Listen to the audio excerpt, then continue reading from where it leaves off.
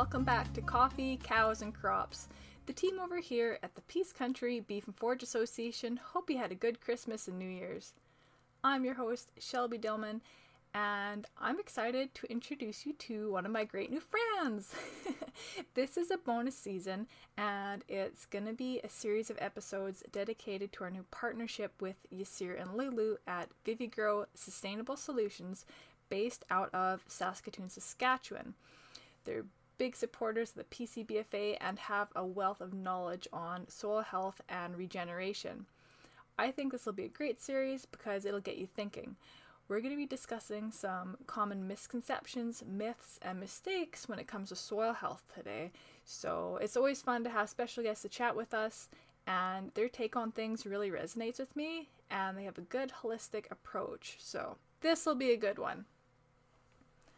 I met YASIR and Lulu a couple months ago at a soil health seminar at Gordondale, Alberta. So that's just out towards the BC border between Spirit River and Baytree. And a couple years back, when I was taking my environmental reclamation at Olds College, the soil class was probably one of my most favorite classes. And I might be a little bit biased. Maybe it was because our instructor, Nikki Cook, is amazing and she made it so fun. And she really broke things down so we could understand it, and she's super supportive. So I was really excited to go take part in this seminar. What I learned at the college was honestly a little bit different than what we have going on with ag to a degree, because I was mostly oil field, and I still go out to old lease sites and contract myself to Questar Geomatics to do assessments for reclaiming purposes. So it's usually like take soil profiles, and I'm still learning the ag stuff. And there's kind of a funny joke. So I used to get razzed by my rodeo friends for being in a dirt class because I used to run barrel horses, and there's a joke that barrel racers always complain about the ground. They're notorious about the dirt. But luckily I wasn't a complainer, and I prefer to call myself a breakaway roper anyways. I digress. I'm going to be completely vulnerable here for a second. I was never super book smart in grade school, or the 3 times I went back to college, obviously. So the sciencey and really wordy stuff goes over my head. And when I was at that soil health seminar, the way that YASIR and Lulu explained things totally made sense to me. It was easy to follow and it clicked. So this is really useful knowledge, and they're great presenters. We're gonna hop on Zoom here shortly and get a meeting underway here with YASIR to get to today's introductory episode. We're gonna get that going. Fun fact, YASIR actually had told me a bit more information about my bull. So I got this Brahman bull, and his name is Radar. And I showed YASIR a picture of this bull. And this is how we like really clicked. He got excited. I was talking to another producer. I'm like, yeah, I got this exotic bull, and it's a Brahman. And YASIR perked up and wanted to see a picture, so I showed him, and it turns out my bull is mostly Red Cindy.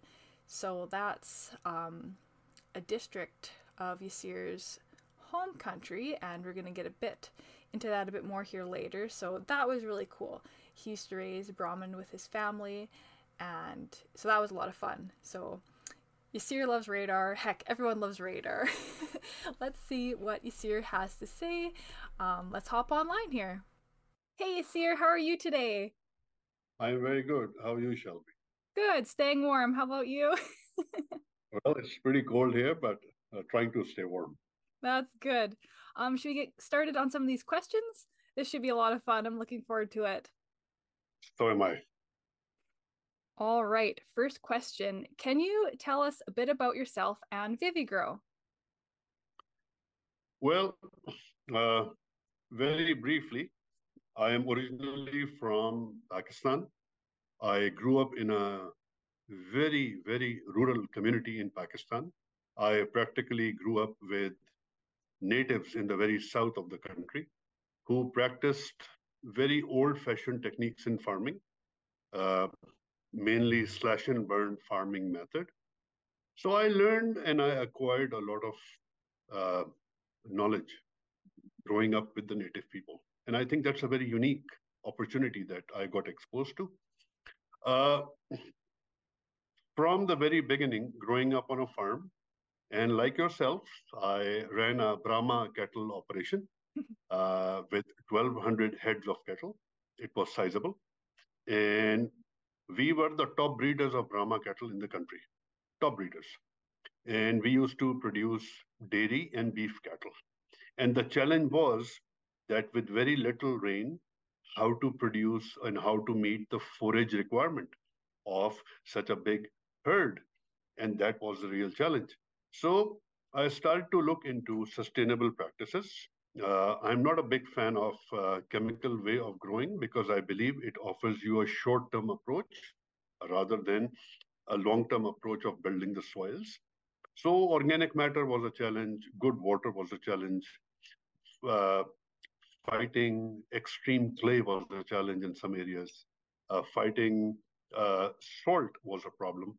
And having the opportunity of uh, having my father as a mentor in real life, and he was a chemist and a chemical engineer. So I learned a lot from him. And combining the practices of the native people and the learning that was imparted to me with my through my father, I really, it dawned upon me that there's a different way of growing versus just chemical farming.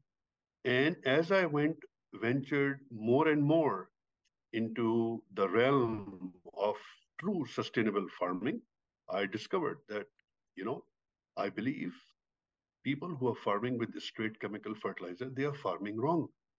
And it is having a colossal impact upon our health, upon our soil, upon our animals, and upon the whole planet. So this is a brief history of where I come from. My mind is heavily organic. I am very concerned about food safety and food security. And I'm extremely concerned about the repercussions or reactions of our actions on various ecosystems. Hence, combining my skill sets, I ventured into sustainable farming. And VIVIGRO practically is a result of how I grew up. And VIVIGRO is a company that creates fertilizer solutions that I can assure you are not offered by anybody in North America. It's a unique product. It is designed based on customer soil conditions, and almost every product is customized. And yet, the beauty is, despite the fact that it is so unique, it is still affordable.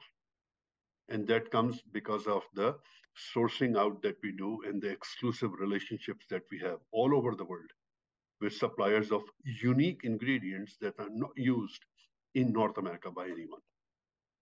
So that's what we are.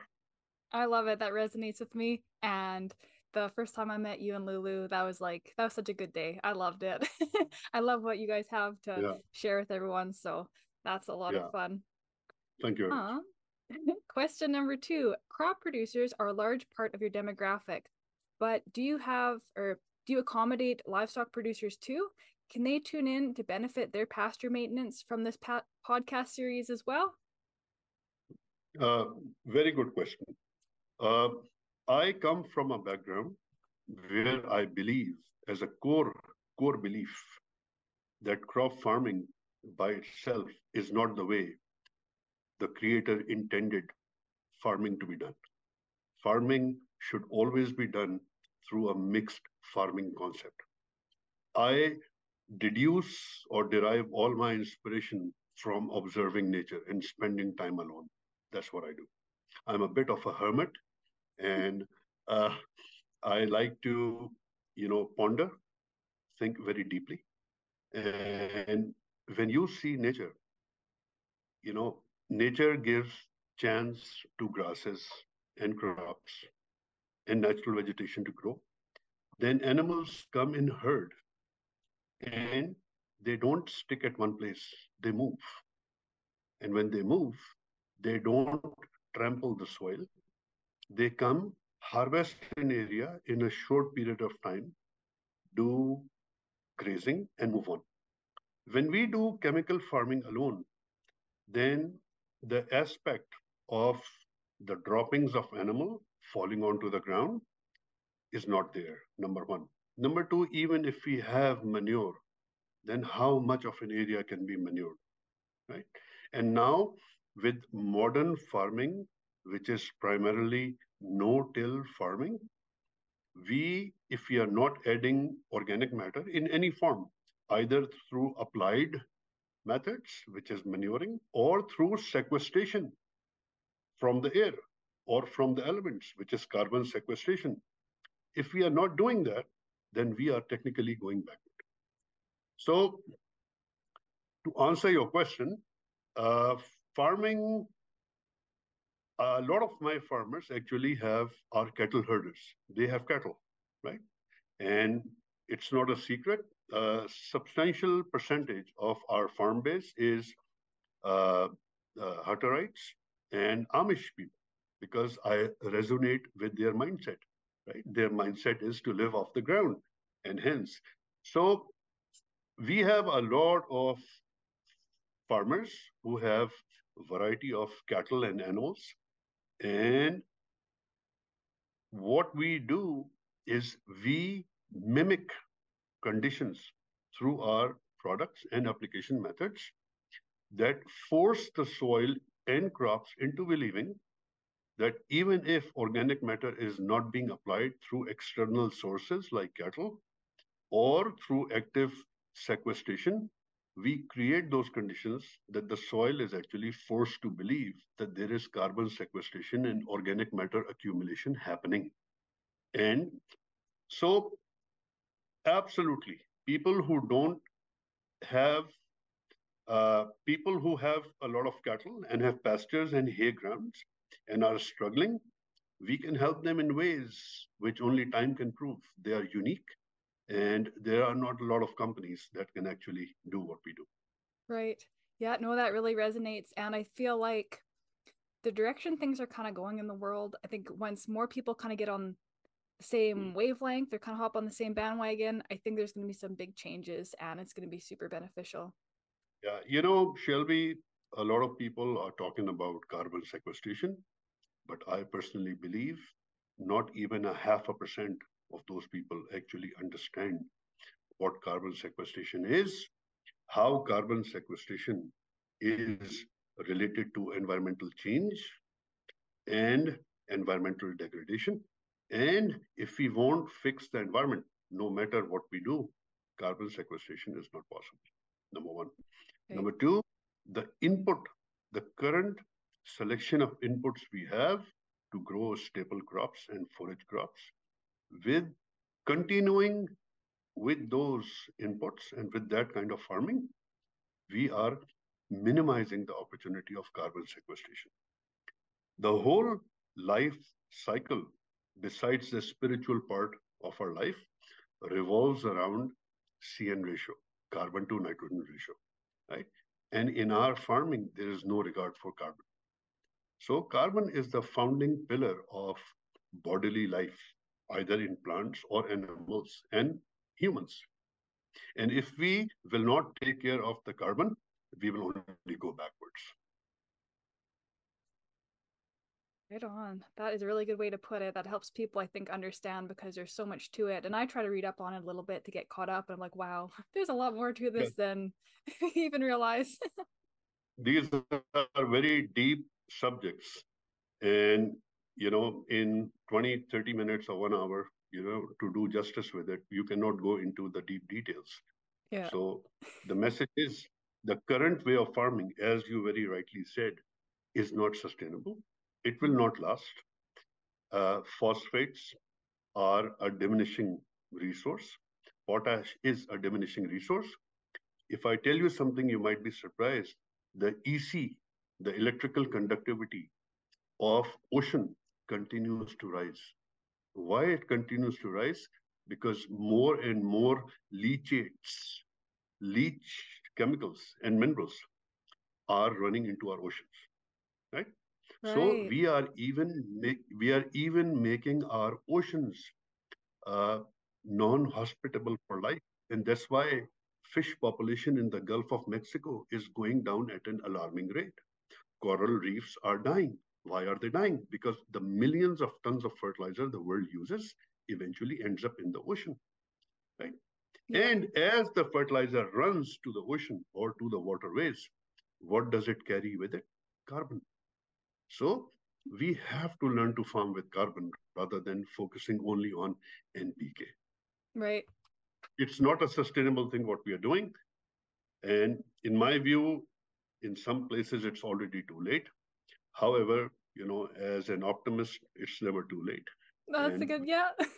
and we I have like to that. focus on the social responsibility part of farming rather than just uh, thinking of an input output ratio that I put in $10, so I should get $40 out. Mhm. Farming cannot be done in a long term way using this mindset. Right. Good, good.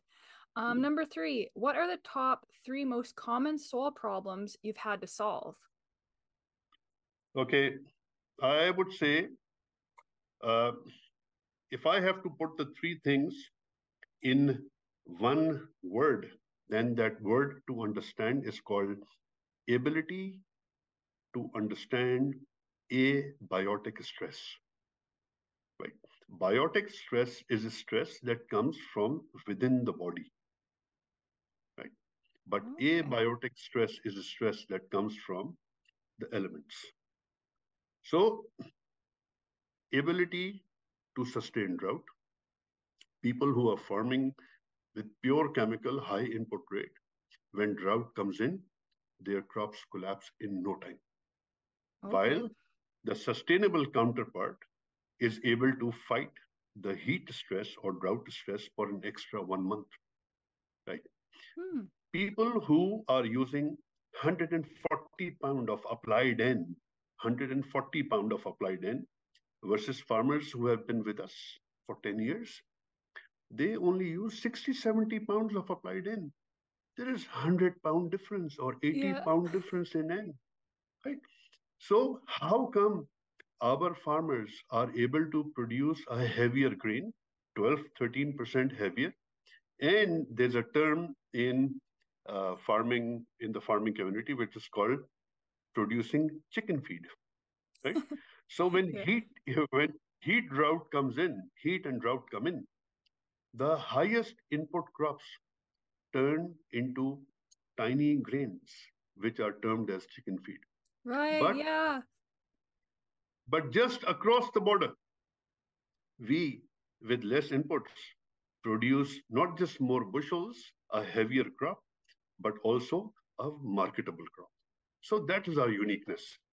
So to understand abiotic stress and the three challenges, if I have to summarize, I will say three challenges are crops do not have the ability to survive stress, number one. Number two, the biomass under the ground, which is root mass, is unable to accumulate organic matter in the soil for the long-term survival. And number three, the mineral fertilizer application methodology. I hate to say this, but being a black and white person who doesn't live in the gray, in my view, a massive majority, I don't want to say 99%, but a massive majority does not know what to apply, how much to apply, or how to interpret a soil report, right? Right. So Yeah.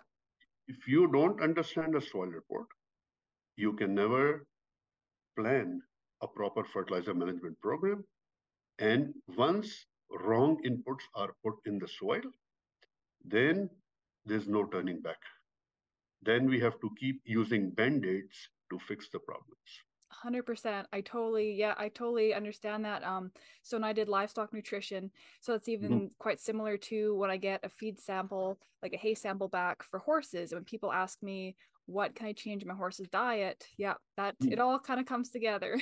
All comes together. And Shelby, you mentioned horses and animal diet. I'll quickly say one thing. Mhm.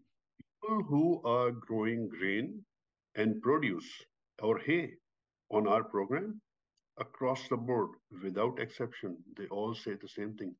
They said there's something very unique about the feed because animals are more relaxed, our medicine use has gone down, and the number that I hear across the board that 8 to 10% less feed seems to be doing more than 10% more.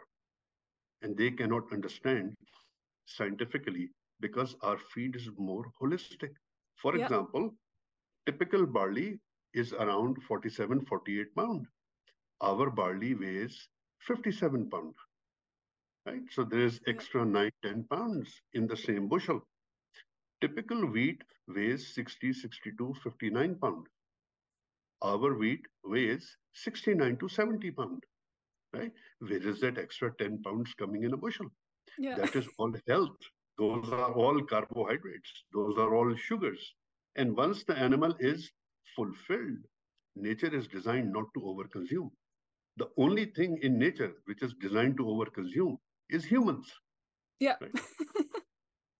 That is So, really fascinating because I know, so with my horse, my ranch horse, he's become really, really sick and I had to send some blood tests out and we don't know how or where he got sick. And so working with animals over the past many years, I've noticed it's a lot of like environmental kind of variables that are kind of making them sick. So yeah, that's really cool to hear. I love that. That's great. yeah. Number four. What is the largest myth or misconception that producers seem to be really hung up on around soil health and management? Or what are a few things that like really stand out? Uh, Deep question, but with a simple answer. The whole philosophy of so many pounds of applied N are needed to grow a marketable crop, it is a myth. It's a complete myth. I think that's my Because, favorite one too. yeah, because Shelby, you know, a very big portion of nitrogen that we apply is lost. Bulk of it is volatilized, and a small portion of it also leaches out depending on what part of or what region you are in. So if you are applying 200 pounds of urea, you are getting close to 100 pounds of N, actual N, at 46%, right? Just a little less than 100 pounds of actual. So, but if you look at the global fertilizer numbers, efficiency of urea is only 54%, right? So if we Right. apply 200 pounds, out of 200 pounds of urea, if you're getting 100 pounds of N, then out of that 100 pound, 50 pound is actually going back to the elements. And when it goes back to the elements, it disrupts the ecosystem. So the biggest myth is the heavy dependence on chemical fertilizers. The second biggest myth is that you have to use pest control products. Pest control products are, are seriously overused. There's a lot of people who cannot understand how to link soil health to plant health. And if your soil health is poor, your plant health will be poor, right? So if you are able to, through very smart and very economical methods, if you are able to handle your plant health, you will understand that plants will not require as much pesticide products. I'm not saying pesticides are to be banned or anything, right? That's an extreme statement. However, just like chemical fertilizers, there's a massive overuse of pesticides. So that's myth number two. And the myth number three comes with, I would say, in modern farming, uh, uh, variable rating. I know it's a sensitive subject and it's a politically sensitive subject, but the whole myth of variable rating is is designed around uh, what should I say? Uh, you know, digital technology. I think it's a tool to make more money. Mm. And there's nothing wrong with making good money, but money should be made ethically. But to design your whole system on variable rating without understanding the long-term dynamics of the soil. Variable rating will go and tell you to put maximum nitrogen in areas where the structure is poor. For example, if you go in a mountaintop, or not a mountaintop, sorry, on a hilltop or a slope where there is no nitrogen left, the variable rating will tell you to go and unload maximum nitrogen. Now, those areas are already areas which have carbon sequestration problem, which have structure problem, which have nutrient and moisture holding capacity problem. And now on top, you are going and contaminating those areas over and beyond the soil health can take. So you are actually going backward. Variable rating is a myth. I'm not saying don't do EC charting. It's called EC plotting or EC charting of your soil. Do it, but don't rely 100% on variable rating. Yeah. How variable rating intervals are created, that is also must be understood before we adopt variable rating, right? So variable rating is a tool that can be used, but majority of people are using it wrong. So in my view, the three myths are dependence on chemical fertilizer. Number two, preconceived use of pest control products, that if you won't do it, this won't happen. For example, without taking names, all canola seed comes treated with 2 chemicals, and you pay over $100 a bag more for that canola seed, right? Yeah. But despite of those 2 treatments, everybody goes out and sprays pesticides, which were supposed to be controlled by that seed treatment. So why are we doing that seed treatment if it is not controlled, right? So these are, pest control, fertilizer understanding, and variable rating. I think these are the 3 biggest myths. That's good. I think that's going to give a lot of people a lot to think about, and I think we've got their attention now. So this is great. I hope so. I'm not here to condemn anyone or, God forbid, to, nullify anybody's. But the way I grew up, I speak the truth and nothing but the truth. And I want to tell very openly, the way we are farming, it's not going to last. Right.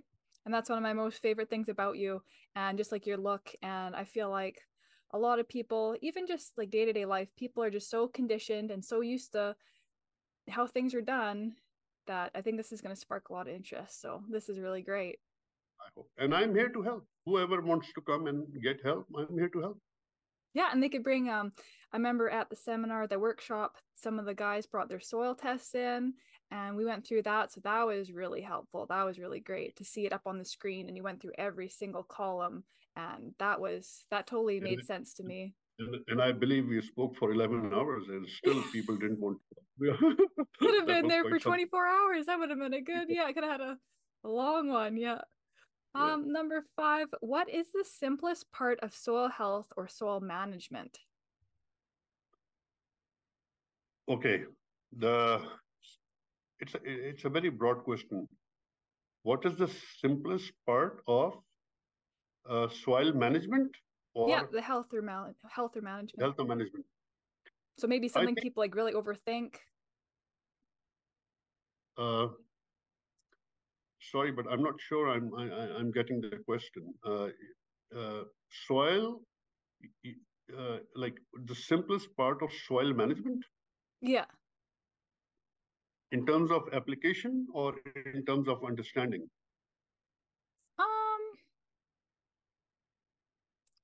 Probably application. Yeah. I think the simplest part of soil management is to learn to trick the soil into not giving up, but working with the technology. The way we are farming, nature, nature is very discreet. Nature is very, very docile. If you try to overpower it, it will let you overpower itself, right? And it will shut itself down. That's how it operates, right? If there is too much traffic in a forest, wildlife will migrate, right? But Right. if we leave the forest, wildlife will come back. Soil is like that too. So I think we have to learn that we get one or two opportunities to put fertilizer in a year, and we should understand the use of amendments along with fertilizer in a package that is a one-shot solution to your entire 120 days or 125 days of growing period. So I think that is something which can be understood pretty quick if people go through the class and if people understand what soil analysis and soil analysis interpretation means. So Right. I don't know if I answered your question, but it was a Yeah, that was good. Yeah, I like that. Last one. What is your favorite quote when getting the point across about soil health? my favorite quote. Uh, well, you got me there. Uh, uh, you know, soil health. I would believe. I would say that you know the quality of your production is only as good as the understanding of your soil input requirements. That's what I would say. Right? Quality of your produce, which includes ability to fight stress, ability to produce high feed value, ability to increase organic matter in the soil. It is all dependent on your understanding of the quality of inputs you can provide based on your soil requirement. And a majority of people do not understand soil requirements. That's the sad fact. We are all farmers. The thing on which we should be focusing the most on is understanding soil analysis. And Yeah. people don't understand. So they are reliant upon general, vague recommendations based on an area or faulty, I would use the word faulty conceptions of what are the nutrient requirements by a crop, without taking into consideration their local geography. Right. Right? Yeah.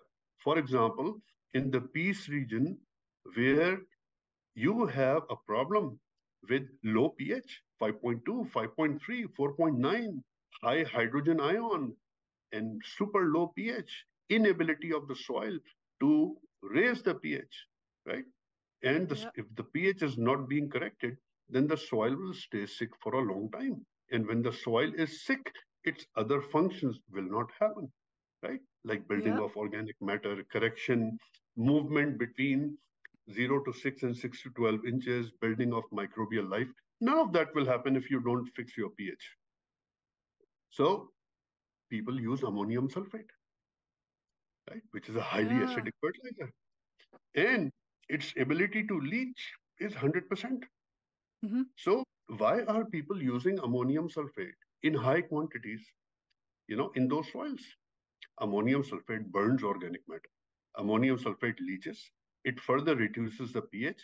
And as you will continue to reduce the pH more and more and more, it is harder and harder for the soil pH to come back. So if Yeah. you are trying to farm and grow barley and your pH is 5.1 and you are only concerned about NPK, good luck. It's not going to solve. You will always have ergot. You will always have disease. You will never create a big root biomass. And you Yeah. know what? Growth under the ground. Maybe I should say this. You asked me for the best quote. Growth under the ground should come first before big growth over the ground. Because the bigger the growth under the ground, better the crop above the ground. I like that. Totally makes sense. That's great. So I was just wondering, what are you going to touch on in our next segment? So this was just kind of an introduction. Do you have any little bit of a prelude to our next meetup?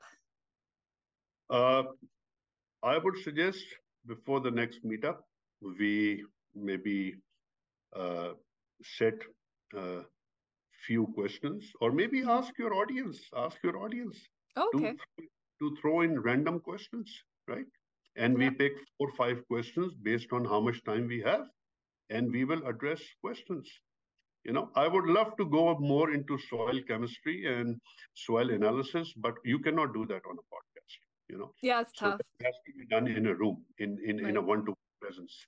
But I would say if the audience they like what they're hearing, then maybe they should get back to you, throw in questions, and I'd be happy to answer their questions Okay. in the most practical way I can.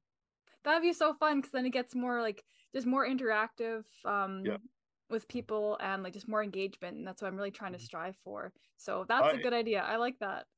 I want to leave the audience with one thought, and that one thought is, a pine tree on top of a mountain is as robust as a pine tree in the valley. What is it that's moving the nutrients from the valley to the top and from the top to the valley, right?